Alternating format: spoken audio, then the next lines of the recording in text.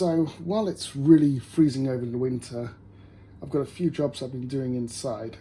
Now, the first of which is I went shopping on the internet looking for a wiring harness for the injectors, because that's one of the things on my K that looks a bit ropey, and I wanted to have a backup in case I completely screwed everything up. So while I was on eBay, I found one that came with the fuel rail, and attached to the fuel rail were also the injectors. So for the sake of £20 for all of that, I picked that up, even though all I really needed for a backup for when I screw it up is the actual wiring harness. But that means I've now got 4 injectors that I can test, clean out, and possibly give a full service to. So that's, I believe, changing all these O-rings here. There's some kind of filler thing inside. I've got to figure it out. But before I do that, I wanted to see, are they actually clean and will they pass through? Because while I'm trying to get the bike started, one of the issues could be that my fuel injectors that are on the bike are clogged. And if I have 4 good fuel injectors here that, while filthy, grubby, need a bit of work, do actually push fuel through, I can quickly install them on and isolate that out as one of the problems. It's just a side benefit of ordering this part and getting the extra fuel injectors. Now, to do that, I've got this arrangement set up. Now, it's all cheap stuff off of eBay. The main thing here is this fuel injector bit. I don't know what to call it. It's basically a tube where the fuel injector plugs into, using the top seal. Now, the kit comes with 2 different sizes. It also came with the power cable here, which connects to these crocodile clips, which plugs into the fuel injector itself. And again, that comes in 2 separate sizes with the kit. And I found it on eBay for, I think it was like £5. May even been less. Now, what that needs to operate is a 12-volt supply. I could use the bike battery, but what I do have is my little booster pack. And I can use my booster pack and just tap there, and that'll allow the injector to be switched on and off. I've got some syringes which conveniently plug in, so I'm going to fill up that syringe with a little bit of Red X to kind of clean the system, because I know that at least the Red X is safe for things like rubbers. It's designed to be used as a fuel injector added to the fuel tank, so it's supposed to mix with the fuel system anyway, so it shouldn't cause any problems. I've heard you can use brake clean. However, I know brake clean is supposed to affect rubbers and could cause some problems there. So rather than risk any of that, I'm going to use straight up Red X, and I'd rather just flush it through 3 or 4 times. Now, when I pulled these out of the rail, I got, let's say, they are a bit mucky, but I can see there's a lot of tarnishing and rubber wear around the top and the bottom. And in fact, this lip here is quite badly damaged, which, let me get close, you see there, that lip at the bottom is badly damaged.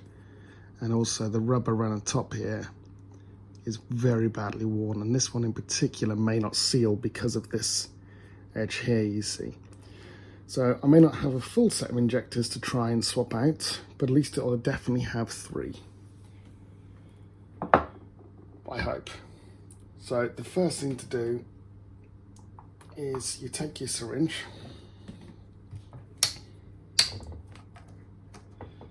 and with my Red X, which unfortunately I can't syringe up, so I'm just going to pour a little bit in here.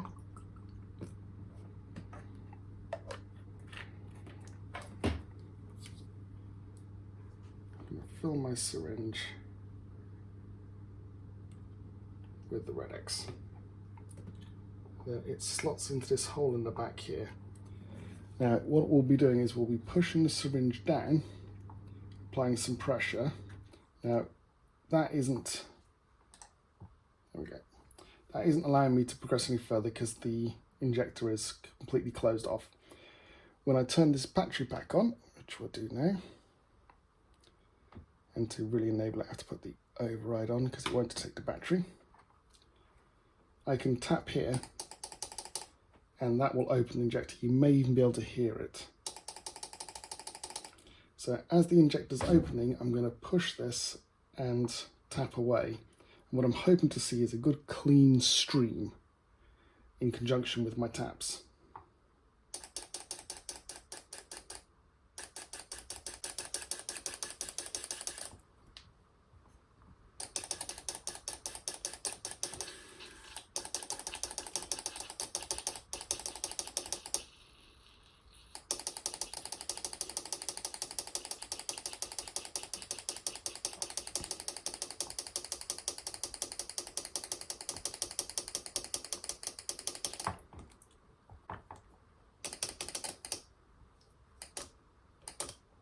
Now you can see there, that's now stopped streaming. That is.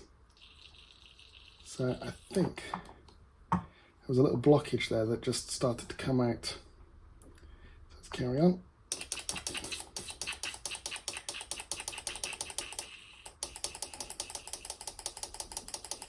Yeah, that's looking better now. Will I say it? I'll run that through a few more times. I think I'll keep sucking up the fluid and pushing that through. And I'll keep the valve open and see if that helps, or I'll keep tapping away. And we'll do that a few more attempts and we'll see how that looks.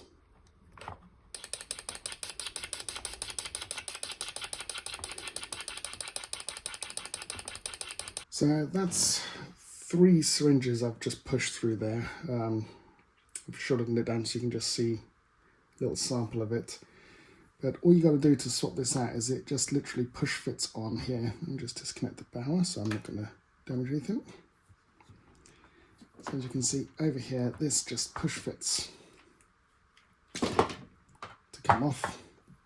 And again, the injector plot iron just pushes off. As you can see, this injector looks pretty good. There was a good seal around the top, nothing came on the side. It's just filthy.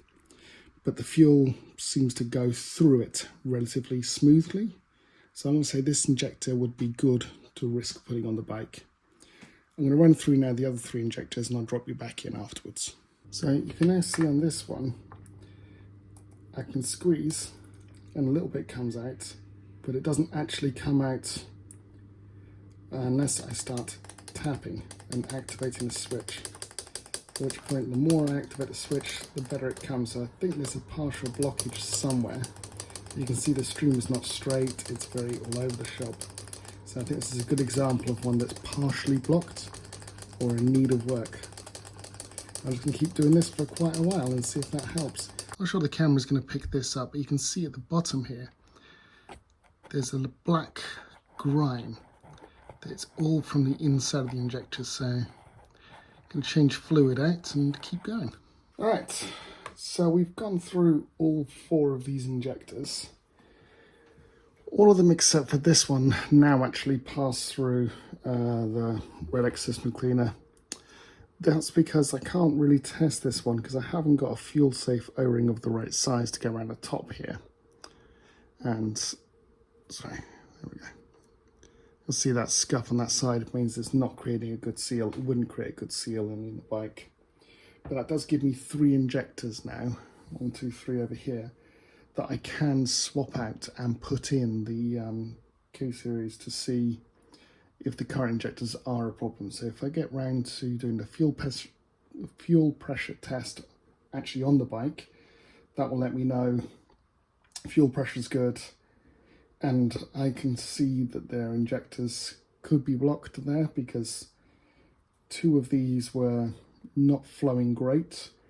2 are now flowing perfectly. This one still isn't flowing as good, but it's flowing pretty well. But I'm going to give it all a bit of a clean by hand now as well, and then I'll run through some more injector fluid at a later date. But at least you can see how easy it is to do at home. It's not the same as a professional clean. I understand from a professional clean they will mount it up to some magic machine that does exist, actually functionally the same thing, but it uses a different cleaner. It's got an automatic little button. They push the button and it just fires off like 50, 100,000 times the injectors to kind of flush through. And you can also check the rate that it comes out. Now I could be able to do that if I use the syringe to measure, say, was it 4 or 5 mil? However many mil are in my little syringe. and then push through and then measure out the output of how long it takes me to empty a syringe. But then, am I applying the same pressure every time when I squeeze it? Probably not, which means the rate flow may not be as accurate. If there's a nice way of doing a rate flow at home, please let me know. But for me, I'm happy to say that I've got 3 injectors that I know should work, and that when I come around to diagnosing a bit further on the bike in the cold, I won't be out there fanny-assing around going, oh, actually, I've got to test these injectors, come back, have a look at it. I can always just go, right, I've got 3 good ones, let's put them on. Yes, they're not going to be long-lasting, but I can service them later. So that's it for now. Not a bad way of doing things. I'm quite pleased considering they weren't the thing I was actually looking for, and they came free with my rail and wiring. So that's an easy win for me, and it allows me to do a bit of parts cannon when I get round to going outside on the bike, as soon as it warms up over 2 or 3 degrees. For now, that's it. Thanks very much, and we'll see you soon.